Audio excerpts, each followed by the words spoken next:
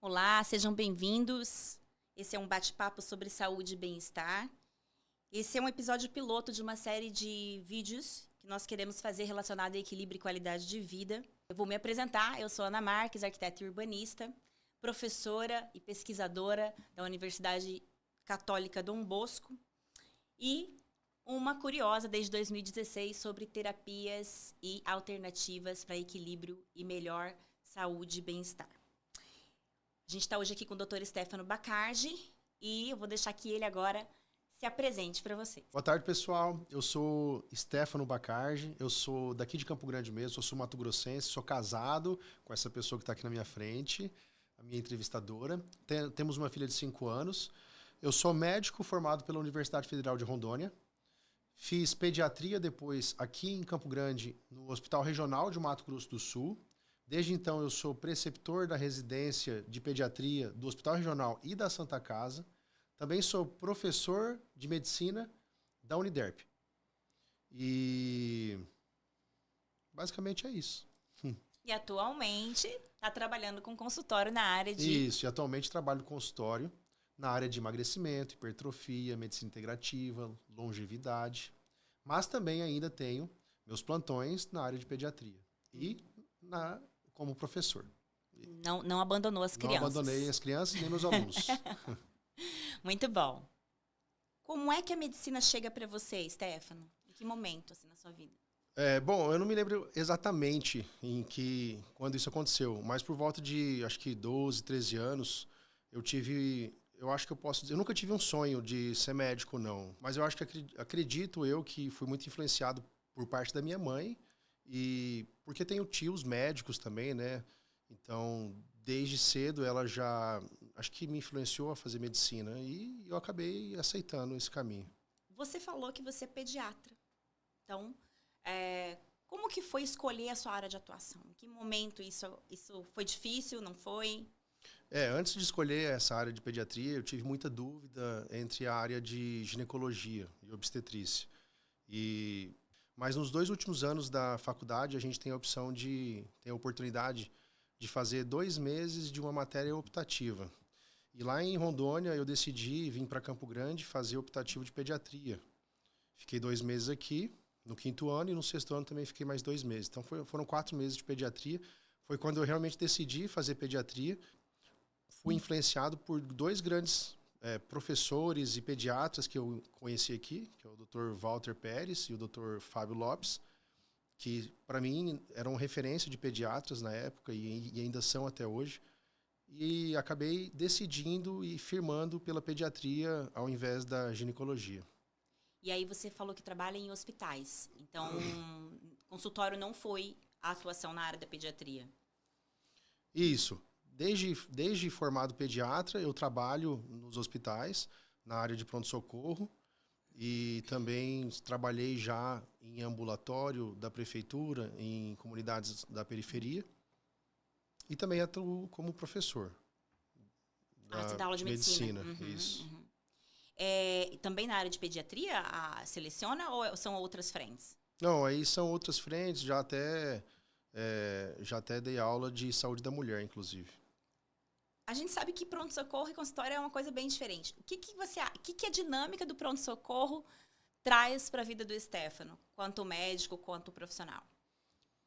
Bom, eu acho que esse tempo de pronto-socorro, ele contribuiu para mim como, primeiro, a habilidade de reconhecer patologias e doenças graves, isso sem sombra de dúvida. O profissional que atua em pronto-socorro geralmente tem um raciocínio clínico mais rápido, tem agilidade e também tem que ter um domínio, acho que aprendi muito no pronto-socorro, a ter um domínio para conduzir a equipe da melhor forma, de uma forma mais eficaz e rápida para aquela situação.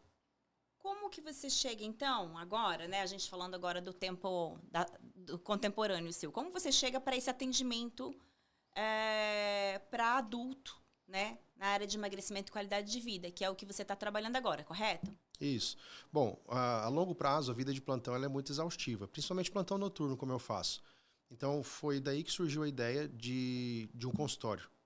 Então, há 5 anos atrás, eu estava hipertenso, Ainda tomo remédio para pressão até hoje, na verdade. Estava com colesterol alterado, triglicerídeo alterado, esteatose hepática, era sedentário, não fazia atividade física nem nada.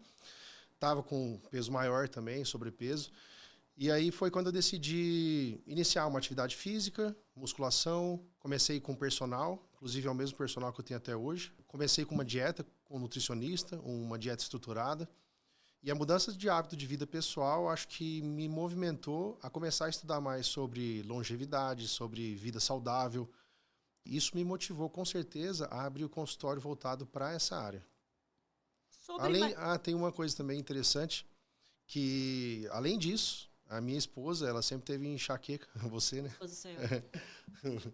Ela sempre teve enxaqueca grave, uma enxaqueca crônica, 2, 3 vezes por semana.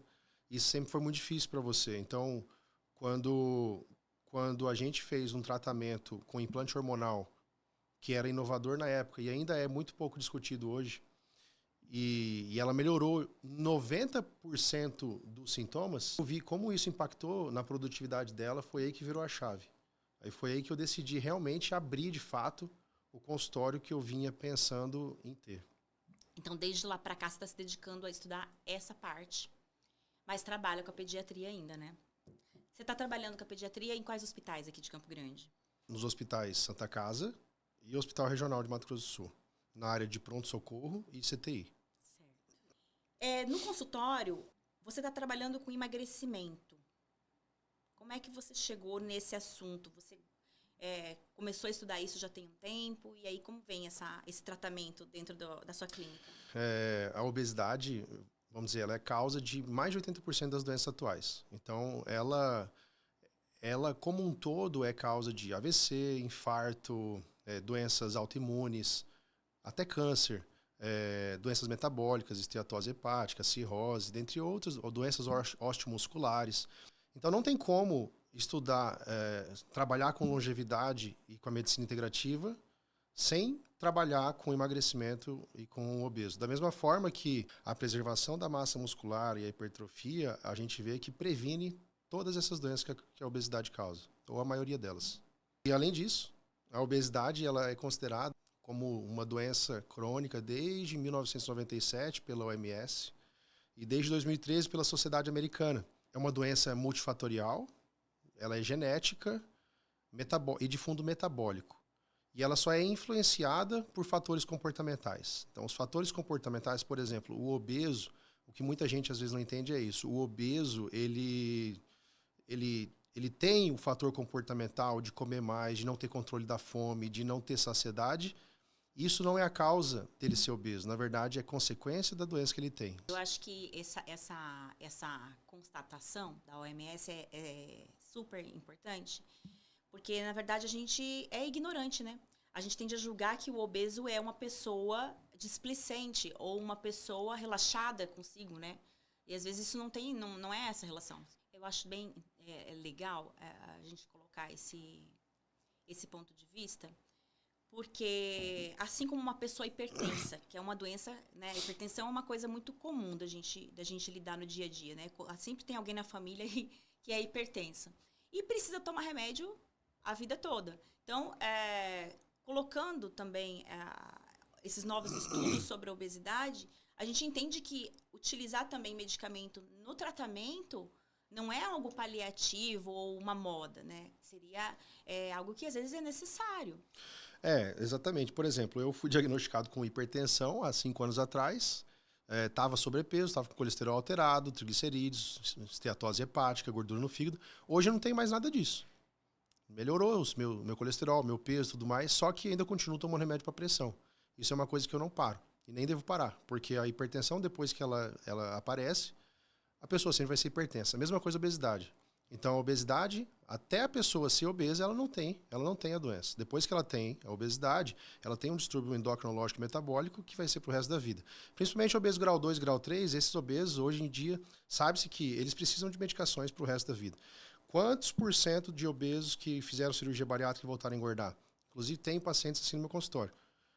Então, por quê? Porque para de tomar o remédio. Então, hoje, com a facilidade que existe com esses remédios, com poucos efeitos colaterais, não tem porquê o obeso grau 2, grau 3 não ter um tratamento contínuo. Quando a gente está tocando nesse assunto, a gente está falando um pouco da medicina integrativa. Então, quer dizer, não é só o medicamento, é a qualidade de vida, é comportamento, alimentação. Essa área de atuação, né? Medicina integrativa, é moda? Então, na verdade, a popularização, o uso abusivo por profissionais, às vezes pouco qualificados, alimenta essa ideia de moda. Mas, na verdade, se ela for utilizada com conhecimento, ela tem, sim, uma base muito sólida para tratar inúmeras doenças, conjuntamente com a medicina convencional.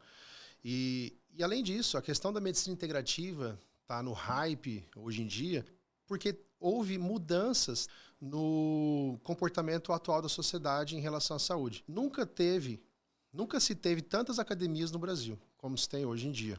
As pessoas estão tão preocupadas com a saúde fitness, com exercício, com atividade física, com musculação. Nunca teve academia 24 horas, com academias do tamanho de quadras de futebol igual tem hoje em dia.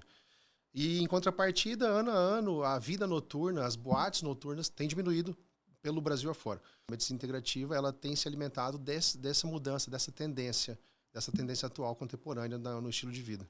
Quando que esse emagrecimento, que tem essa característica de moda, se torna perigoso? Emagrecer a qualquer custo, de qualquer jeito. Quando pessoas sem indicação fazem isso sem acompanhamento. Então, o acompanhamento profissional deve ser realizado para minimizar efeitos colaterais. Então, eu tive paciente mesmo que teve uma constipação tão intensa que teve que ir para o hospital fazer o que a gente chama de clister. Isso foi o uso indevido, um efeito colateral que muitas vezes acontece, mas que é minimizado durante o tratamento com o profissional adequado. E o uso individual, sem acompanhamento, leva ao abandono do tratamento. Você estava falando sobre academia, sobre essa nova, né, roupagem aí essa nova geração que prefere ir para academia do que ir para balada, né? Eu queria que a gente trouxesse aqui uma palavra que eu vejo bastante nas redes sociais, chama-se performance. Então, assim, quando a gente fala de emagrecimento ou de academia, sempre tem a ideia de que é para ficar bonito, de que é para ficar no shape. E dentro do seu consultório, eu sei que a ideia também pode ser essa, mas tem muita relação com a qualidade de vida e a saúde mesmo do indivíduo, não só sobre shape. Quando a gente fala de performance, doutor, o que é performance? A clínica tem, sim, como um dos objetivos a performance. A questão é que a maioria das pessoas tem uma ideia errada sobre esse conceito, sobre essa palavra. Para a medicina e para a saúde, performance é a capacidade e eficiência do corpo e da mente de funcionar em níveis ideais. E aí são 3 grandes pilares de performance. A gente vê não só a performance física, a função física, função cognitiva e função emocional. Então, otimizando esses 3 grandes pilares, a gente consegue melhorar em muito a qualidade de vida dos pacientes. Existe, por exemplo, uma performance metabólica. A performance metabólica é otimizar a queima de gordura, é eu prevenir doenças endocrinológicas e regular marcadores inflamatórios do paciente, prevenindo doenças metabólicas. Existe sim a performance física, mas a performance física não está relacionada só com o shape, só com a estética. Está relacionado também com flexibilidade, com agilidade, resistência anaeróbia e resistência aeróbica. Tudo isso entra dentro da performance física que gera saúde. Sim. E tem a performance também cognitiva, onde o foco seria a atenção, a concentração, a memória. Você comentou no início que você se interessou bastante pela saúde da mulher, ficou até com dúvida se fazia ginecologia ou se fazia pediatria. Você trabalha hoje com isso que a gente tem visto bastante sobre mulheres na fase de menopausa, mulheres 40+, qualidade de vida para menopausa. Como que você trabalha isso no consultório? Bom, na verdade, no consultório, o meu maior público é o público feminino. E aí mesclado entre emagrecimento e reposição hormonal para menopausa. Tem isso, a gente oferece esse tratamento na clínica, tanto por meio de reposição hormonal através de implantes, de gel, transdérmico, adesivo. Não existe uma via que é a melhor, mas a via que a paciente precisa, e isso é conversado com o médico. E gosto muito dessa área. De tanto saúde hormonal feminina quanto masculina também. Também tem pacientes que fazem reposição hormonal. Isso que eu ia perguntar. A gente fala muito da reposição hormonal para a mulher, né? Principalmente na perimenopausa e menopausa. E o quanto que isso pode, às vezes, beneficiar ela na qualidade de vida. Mas para homem também, né? Sim, para homem também. Na verdade, existe muito preconceito com o homem 40 a mais fazendo reposição hormonal. Invariavelmente, o homem com uma certa idade vai precisar fazer uma reposição hormonal para manter a mesma qualidade de vida habitual. Então, isso também a gente oferece no consultório. Falando sobre saúde da mulher, né, um assunto que é bem delicado, endometriose. Queria saber quais são os tipos de tratamento disponíveis hoje para quem sofre desse tipo de doença. Bom, endometriose, primeira coisa, é uma doença onde o endométrio, que é um tecido que está localizado normalmente dentro do útero, e ele é o responsável por fazer a mulher menstruar todo mês. Então, quando existe a descamação mensal do endométrio, essa descamação ela ocorre pela vagina e aí isso é a menstruação. A endometriose é quando existem focos desse tecido espalhados por outros órgãos. Intestino, bexiga, ureter, na barriga, fígado, etc. Até pulmão. Até foco pulmonar pode existir endométrio. Como que o endométrio vai para lá, doutor? 10% das mulheres que menstruam, vamos dizer assim, existe uma disbiose uterina. Existe um refluxo, uma menstruação retrógrada que sobe, sai pelas trompas e cai no organismo, cai lá na pelve. E isso, quando a mulher faz ultrassom, é visto lá como líquido livre na cavidade. Isso ali é um resto da menstruação que veio do refluxo. Isso acontece em todas as mulheres. Só que nessas mulheres que têm essa disbiose uterina, quando esse sangue ele leva essas bactérias patógenas para a pelve dessas mulheres, o sistema imune delas, os macrófagos, células do sistema de defesa, interpretam isso como uma invasão e liberam várias proteínas, citocinas, e vários mediadores que facilitam com que esse sangue que foi derramado lá, que facilita com que esse endométrio ele grude e se infiltre nesses tecidos que está fora do útero. E a partir desse momento, quando esse tecido ele se infiltra e se fixa nesses órgãos, ele tem uma vida própria. Ele menstrua mensalmente como a mulher. Então, quando aumenta no ciclo da mulher, quando aumenta o estrogênio e o endométrio cresce, tanto o endométrio dentro do útero, quanto os outros lugares também cresce. E quando o estrogênio cai, no final do ciclo menstrual, esse endométrio descama. E quando ele descama, a mulher menstrua, mas esses outros focos de endométrio que menstruam também fazem ela ter muita dor. Muita dor pélvica e abdominal, que é o principal sintoma da endometriose. Mas ela também é acompanhada de infertilidade, de dor durante a relação sexual e de cólica menstrual absurda. Então, a infertilidade muitas vezes ocorre porque focos desse endométrio estão localizados ali, às vezes, na trompa, no ovário, e acaba dificultando a fertilização. É cirúrgico? Dependendo, se a endometriose for uma endometriose profunda, dependendo do tamanho do foco da endometriose e do número de focos, é cirúrgico sim. E o doutor que está lá na nossa clínica, o doutor Fábio Carli, ele é especialista em fazer esse tipo de cirurgia. Inclusive, muitos ginecologistas, eles são aptos, e obstetras, são aptos a fazer esse tipo de cirurgia. Porém, quando a endometriose ela é profunda e pegam órgãos como intestino, bexiga, ureter, acabam encaminhando para ele fazer essa retirada. Só que não adianta só retirar o tecido, esses focos, e não fazer um bloqueio hormonal, porque eles voltam a crescer. Então, mesmo tendo feito a retirada, a mulher ela precisa de um bloqueio hormonal, isso através, geralmente, de progestinas, pode ser pílula anticoncepcional, pode ser só uma progestina isolada, pode ser implante de gestrinona. A gestrinona ela tem sido utilizada para isso, inclusive a maior indicação que a gestrinona tem. E a gestrinona é o famoso chip da beleza. Então, as mulheres colocam esse implante de gestrinona e ficam praticamente com a endometriose sob controle. Outro pilar da endometriose, fora a cirurgia e fora o bloqueio hormonal, é também uma dieta anti-inflamatória. E alguns elementos da terapia ortomolecular injetável, como, por exemplo, resveratrol, como, por exemplo, o NAC, né? São substâncias que ajudam muito no controle da inflamação.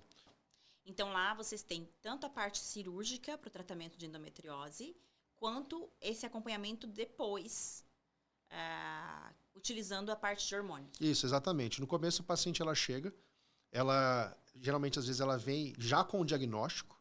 Só que é engraçado que se você pergunta para a paciente o que é endometriose, o que é que você tem, ela muitas vezes não sabe responder. Então, a paciente ela chega, ela é passada ali, o primeiro atendimento com o Dr. Fábio Carli, que é o cirurgião, e ela é indicada para lá para fazer a cirurgia, ela faz a cirurgia e o pós-operatório dela, ela começa o bloqueio hormonal e o tratamento não hormonal comigo. Eu costumo muito utilizar o implante de gestrinona, não é a única opção, tem Dienogest, tem drospirenona, tem outras medicações, inclusive o DIU, Mirena, também controla a endometriose, mas isso é discutido para cada caso e o objetivo de cada mulher.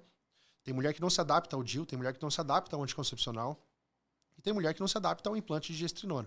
Então isso é discutido comigo no pós-operatório e também com a nutricionista, onde ela faz ali a dieta anti-inflamatória específica para endometriose. Legal. Você falou chip da beleza. É isso mesmo? É chip da beleza? Ou será que é muito mais? Na verdade, esse nome Chip da Beleza, ele existiu porque um dia no programa a Hebe Camargo estava lá e falou que ela fazia uma reposição hormonal com o Chip da Beleza. E esse nome pegou e, inclusive, foi até por um tempo proibido no Brasil, porque foi tão divulgado e foi tão banalizado, utilizado de forma indevida e ficou esse nome, mas o termo correto seria implante hormonal de gestrinona, que foi gestrinona que ela tinha colocado na época. Ele não é um chip da beleza, ele não foi feito para isso. Ele tem, sim, resultados estéticos, mas se a mulher ela tiver uma porcentagem de gordura alta, com uma porcentagem de gordura acima de 30%, ele acaba piorando a composição corporal dela. Então, uma mulher que quer ter um fim estético pela gestrinona, ela tem que estar com uma dieta balanceada, ela tem que estar com atividade física e ela tem que estar com um percentual, no mínimo, abaixo de 30% de gordura. Porque senão vai piorar. Vai dar. E outra coisa, a gestrinona, ela tem afinidade por receptores androgênicos. Então, da onde que existe o efeito estético dela? Porque ela se liga no mesmo receptor que a testosterona se liga. E a testosterona, ela dá efeito estético positivo. Então, é como se ela funcionasse fazendo o efeito dela de progesterona, mas também o efeito dela de testosterona. E aí, quando ela tem esse efeito de testosterona, o efeito androgênico que a gente fala, ela costuma ter efeito colateral, como principalmente acne. Pode dar um pouco de queda de cabelo, apesar de que queda de cabelo com ela é mais difícil se ela for usada isoladamente, mas o uso excessivo da gestrinona, ela pode causar esses efeitos androgênicos na mulher. Então, o intuito da estética para a gestrinona não é o principal intuito, nem deve ser. Ela tem benefícios muito mais importantes para a saúde mesmo. Sim, tem benefícios muito mais importantes. Ela causa um efeito estético legal se a pessoa for uma pessoa que está fazendo o papel dela, que faz a parte dela, mas isso ela pode piorar esporte, a estética. Esporte, alimentação, é isso, né? Musculação, alimentação, musculação sono. E alimentação. E sono. Então, um estilo de vida saudável e com atividade física, a gestrinona, ela sim dá um efeito estético bem legal. Inclusive, ela diminui celulite. Então, é muito procurado pelas mulheres por conta disso. Hormônio é coisa nova? Você falou da Hebe?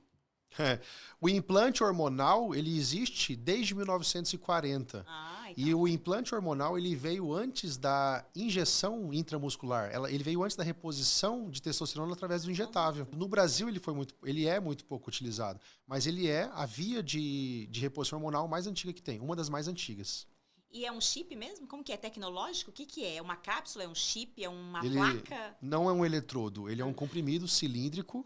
Basicamente um comprimido mesmo, cilíndrico, que quando implantado via subcutânea, na gordura do bumbum, geralmente é ali que a gente aplica, ele dura de 4 a 6 meses, ele tem uma liberação diária, em microdoses, por isso ele não faz picos, como os injetáveis ou como a via oral faz. Ele não é metabolizado em primeira passagem, a primeira passagem dele não é metabolizado pelo fígado, então isso faz dele ser muito pouco hepatotóxico, diferente da via oral.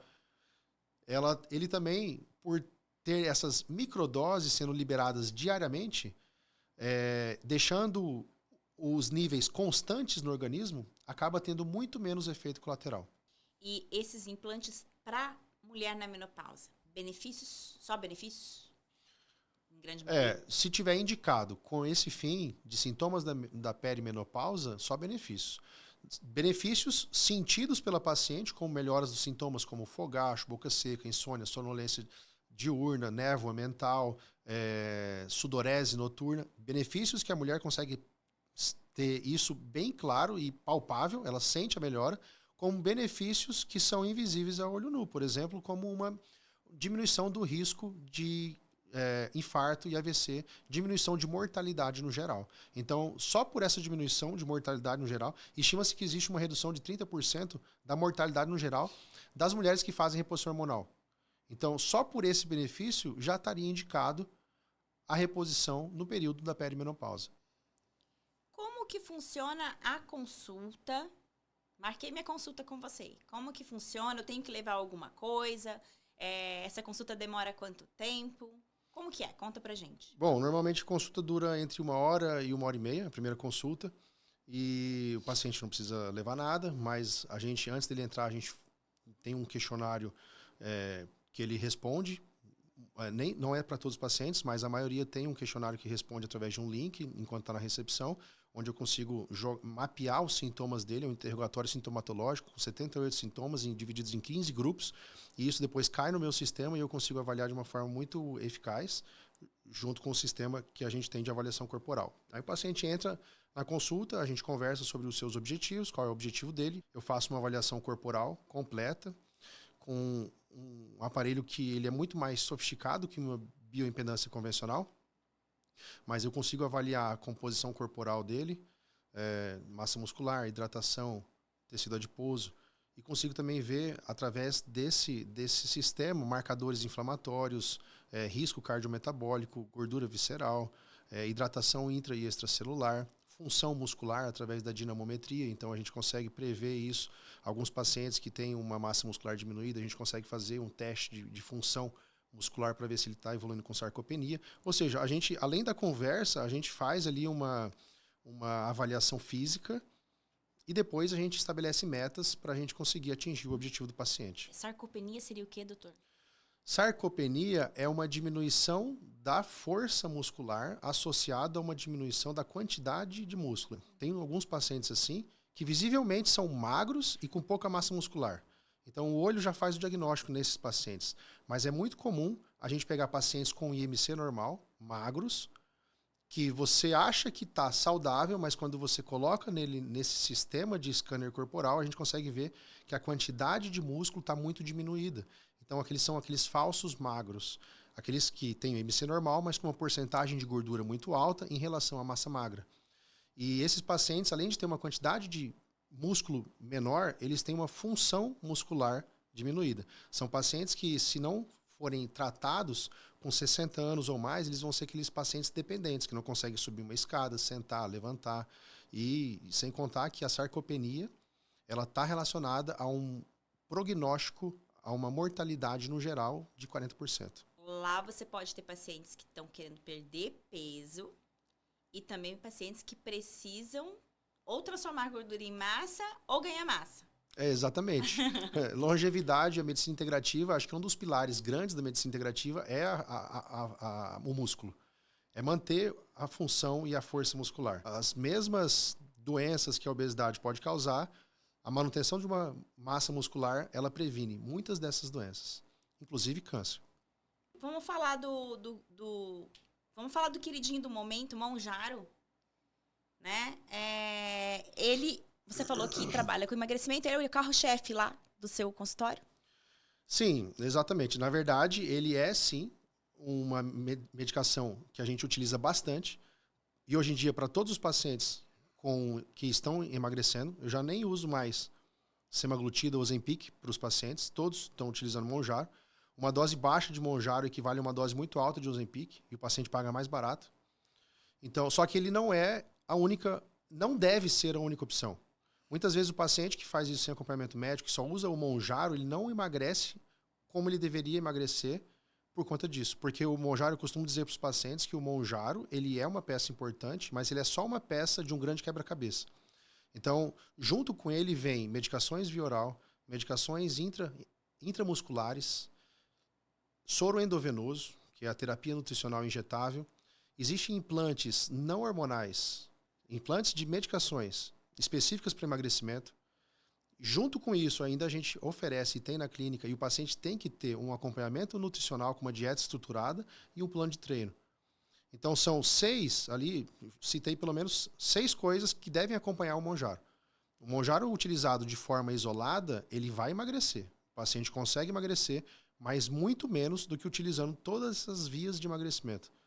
O paciente que não tem uma terapia nutricional injetável intramuscular endovenosa, ele fica mais resistente ao efeito do Monjaro. Você tem uma equipe interdisciplinar, seria? Multidisciplinar, lá no consultório, na clínica Carli. Isso, na clínica Carli, que é onde eu estou localizado, a gente tem uma equipe multidisciplinar. A gente tem lá o cirurgião do aparelho digestivo, então ele opera, sim, bariátrica, ele opera também outras patologias, hérnia, refluxo, endometriose, inclusive. E os pacientes, às vezes, pós-bariátricos, precisam de acompanhamento. Então, a gente faz o acompanhamento tanto antes da cirurgia, pré-bariátrico, clínico, quanto pós-bariátrico, também clínico. Então, além dele, cirurgião, a gente tem uma nutricionista e a gente tem também um urologista. E agora, comigo, também estou lá. Então, é uma equipe que o paciente ele entra lá, não tem como não perder peso. Ou ele perde através de cirurgia ou perde através de medicação. Ou das duas coisas associadas também. Perder peso através de um procedimento cirúrgico, né, como a redução, por exemplo, de estômago, ou utilizando o protocolo de emagrecimento de vocês, desmerece o processo? Não tira o mérito. Então, porque não é só você ir lá usar a medicação e achar que vai perder peso. Você precisa ter todo esse aparato, todo esse acompanhamento multidisciplinar para poder perder e manter o peso. Bom, fica aqui, né, o convite para conhecerem a Clínica Carli. O Instagram, qual é o seu Instagram, doutor Stefano? Dr_Stefano_Bacardi. Ok. Então, nós agradecemos, né, esse bate-papo e que a gente siga aí com outros assuntos. Quem gostou pode mandar também novas ideias e a gente vai gerando mais conteúdo para vocês. Bom, pessoal, por hoje é isso. A nossa clínica está localizada no Jardim dos Estados, Rua Alvorada, número 49. Se você gostou desse conteúdo, se você gostou dessas explicações, dessa nossa conversa aqui, curta, compartilha, encaminha para quem você acha que precisa saber desse assunto.